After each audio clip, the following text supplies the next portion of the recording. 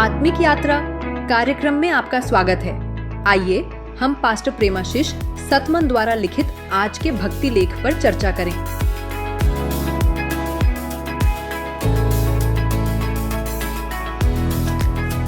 Praise the Lord. आज हम सब एक जानी पहचानी सी चुनौती पर बात कर रहे हैं।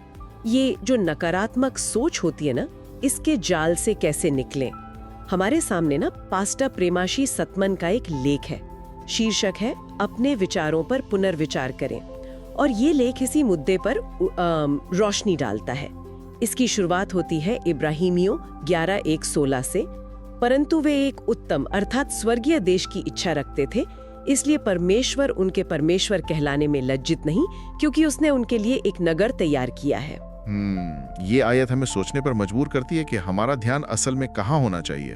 तो चलिए इस लेख के जरिए थोड़ा समझने की कोशिश करते हैं कि ये नकारात्मक सोच का चक्र कैसे काम करता है, और हाँ, इससे बाहर आने का रास्ता क्या है। लेख ना एक दिलचस्प सवाल से शुरू होता है। क्या कभी ऐसा हुआ है कि कोई नकारात्मक विचार मन में बस अटक सा गया हो? लेखक एक मानसिक प्रयोग करने को कहते हैं। जरा कोशिश कीजिए उस विचार को जबरदस्ती मन से निकालने की। अक्सर यही होता है ना कि जितना हम किसी चीज को नहीं सोचने की कोशिश करते हैं, वो चीज उतनी ही ज्यादा हावी हो जाती है। ये बड़ा अजीब सा लगता है, पर होता है। हाँ बिल्कुल। और ये तो मनोविज्ञान का एक जाना माना सिद्धांत है। जब हम खुद को कहते हैं कि इसके बारे में मत सोचो, तो हमारा दिमाग ना वो नहीं को सीधे प्रोसेस नहीं कर पाता। नतीजा, ध्यान उसी चीज पर और ज्यादा चला जाता है जिसे हम हटाना चाह रहे थे। दिमाग विचारों को सीधे डिलीट करने के लिए बना ही नहीं है। हाँ, ये तो मैंने भी अनुभव किया है।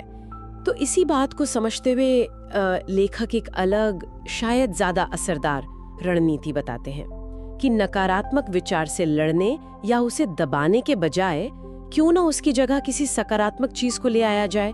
जैसे लेख में उदाहरण दिया है, आम या केले के बारे में सोचें, या फिर किसी शांत समुद्र तट की कल्पना करें। हाँ, और ये सिर्फ फलों या समुद्र तट तक की बात नहीं है।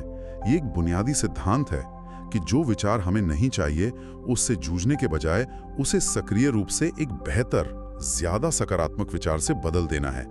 एक तरह से दिमाग को एक नई दिशा देना है। तो ये जो मनोवैज्ञानिक सिद्धांत है कि विचारों को दबाना काम नहीं करता, ये सीधे तौर पर लेखक के आध्यात्मिक समाधान से जुड़ता है ना? एकदम सही। लेखक इसी सिद्धांत को फिर आध्यात्मिक स्तर पर ले जाते हैं।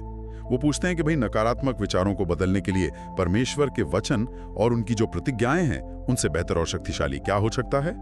ऐसी बातें जो मन को असल में बल और शांति दें। जैसे इब्रानियों के उसी अध्याय में अब्राहम का उदाहरण है। उनका ध्यान किसी दुनियावी चीज पर नहीं था, बल्कि परमेश्वर द्वारा वादा किए गए उस उत्तम अर्थात स्वर्गीय देश पर था। उनका पूरा फोकस भविष्य की उस आशा पर था जो परमेश्वर से मिली थी। ये सिर्फ पॉजिटिव थिंकिंग नहीं थी, ये परमेश्वर के वादे पर विश्वास करना था। हाँ, और उस आयत का जो आखिरी हिस्सा है ना, वो बहुत महत्वपूर्ण है, क्योंकि उसने उनके लिए एक नगर तैयार किया है। ये दिखाता है कि परमेश्वर की हमारे लिए सक्रिय योजनाएं हैं, ऊंचे और भले विचार हैं। बात सिर्फ ये नहीं कि हम नकारात्मक न सोचें, बल्कि ये है कि हम उन शक्तिशाली, जीवन देने वाले सत्यों और वादों पर ध्यान केंद्रित करें जो परमेश्वर ने हमें दिए हैं। इन पर ध्यान लगाने से हमारे सोचने का नजरिया ही बदल जाता है। ये सिर्फ इच्छा शक्ति का मामला नहीं, ये विश्वास का काम है। तो मूल मंत्र हुआ दमन नहीं, बल्कि प्रतिस्थापन, रिप्लेसमेंट। जब नकारात्मक विचार घेरें, तो शायद रुककर खुद से पूछना चाहिए, क्या परमेश्वर के वचन में आज मन लगाने के लिए कुछ बेहतर, कुछ जीवन देने वाली सच्चाई नहीं है? ये सुनने में तो आसान लगता है, पर असल में नकारात्मक विचारों को पकड़ना और फिर उन्हें बदलना, ये शायद मुश्किल हो सकता है। बिल्कुल, ये मुश्किल हो सकता है, और इसीलिए ये एक सतत अभ्यास है, रोज की प्रैक्टिस। ये अपने मन को प्रशिक्षित करने जैसा है। जैसे हम शरीर के लिए कसरत करते हैं ना, वैसे ही मानसिक और आत्मिक रूप से हमें जानबूझकर उन विचारों पर ध्यान लगाना सीखना होगा जो सत्य हैं, भले हैं, आशा से भरे हैं, खासकर परमेश्वर के वचन से। ये एक सक्रिय चुनाव है, बस ऐसे ही उम्मीद करना नहीं कि बुरे विचार चले जाएं। ये दिलचस्प है कि कैसे लेखक एक मनोवैज्ञानिक तकनीक को सीधे तौर पर एक गहरे आध्यात्मिक अभ्यास से जोड़ते हैं, यानी परमेश्वर के वादों को अपने विचारों का आधार बनाना। निश्चित रूप से। और ये अभ्यास धीरे धीरे हमारे सोचने के पैटर्न को बदल सकता है, जिससे हमें ज्यादा शांति और आत्मिक मजबूती मिलती है। तो इस चर्चा का सार शायद यही है कि नकारात्मक सोच के चक्र को तोड़ने का एक व्यवहारिक और शक्तिशाली तरीका है। अपने विचारों को जबरदस्ती दबाने की कोशिश करने के बजाय उन्हें सक्रिय रूप से परमेश्वर के वचनों और उनकी प्रतिज्ञाओं जैसी ऊंची और सकारात्मक बातों से बदलना।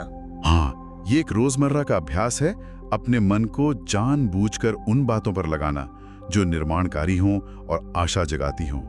ये परमेश्वर की सच्चाई को अपने जीवन का केंद्र बनाने जैसा है। ये सारी गहरी समझ हमें मिली है पास्टर प्रेमाशीष सतमन के लेख अपने विचारों पर पुनर्विचार करें। बिल्कुल, और ये हमें एक आखिरी विचार के साथ छोड़ जाता है जिस पर मनन किया जा सकता है कि व्यक्तिगत रूप से आज परमेश्वर के कौन से विशिष्ट वचन या प्रतिज्ञाएं हैं जो किसी के जीवन में नकारात्मक विचारों को बदलने के लिए सबसे ज्यादा शक्तिशाली साबित हो सकती हैं। इस पर सोचना वाकई में सार्थक हो सकता है। आज आत्मिक यात्रा कार्यक्रम को सुनने के लिए धन्यवाद, जहां हम हर दिन परमेश्वर के वचन पर चर्चा करते हैं। अगर आज का कार्यक्रम आपके लिए आशीषकारी रहा हो तो इसे अपने परिवार और मित्रों के व्हाट्सएप ग्रुप में जरूर साझा करें। कल फिर मिलेंगे। धन्यवाद।